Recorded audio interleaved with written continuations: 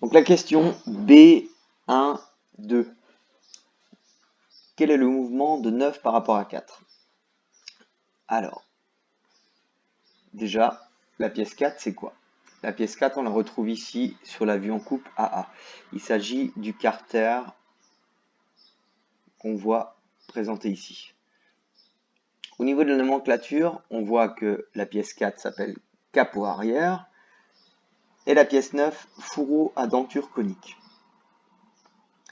Donc cette pièce 4, le capot arrière, on la retrouve ici et sur cette vue, on va la retrouver ici. Cette pièce 4 est liée à cette partie-là, et à cette partie-là, et à cette partie-là, etc. Donc on comprend en fait que la pièce 4 correspond au carter, au bâti, à la partie fixe par rapport à la machine. La pièce 9 correspond à quoi? La pièce 9 correspond au fourreau. Alors le fourreau, il y a une petite particularité, on voit ici et là, c'est la représentation d'une denture conique, comme son nom l'indique. La pièce 9 commence ici et se termine ici. Donc, par l'intermédiaire de la rotation de la manivelle, on entraîne cet axe qu'on retrouve ici, qui va donc entraîner cette roue 8, une roue, un pignon à denture conique. Ce pignon à denture conique va entraîner, par le biais de cette denture conique, tout le fourreau en rotation.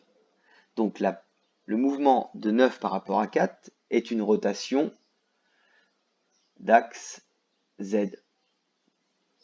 Comment est réalisée cette rotation et ce guidage en rotation?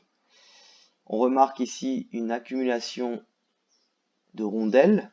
On verra beaucoup plus tard à quoi ça correspond. Mais ces rondelles, en fait, ont l'effet d'un ressort qui vont appuyer vers la gauche cette pièce 9. Cette pièce 9 étant guidée par ce qu'on appelle le coussinet 43. Le coussinet 43, c'est une bague de guidage. Donc ça tombe bien, puisqu'elle est là pour guider.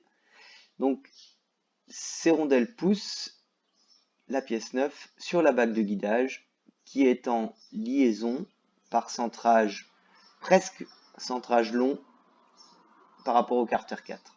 Donc on a bel et bien une liaison pivot d'axe Z, donc une rotation d'axe Z.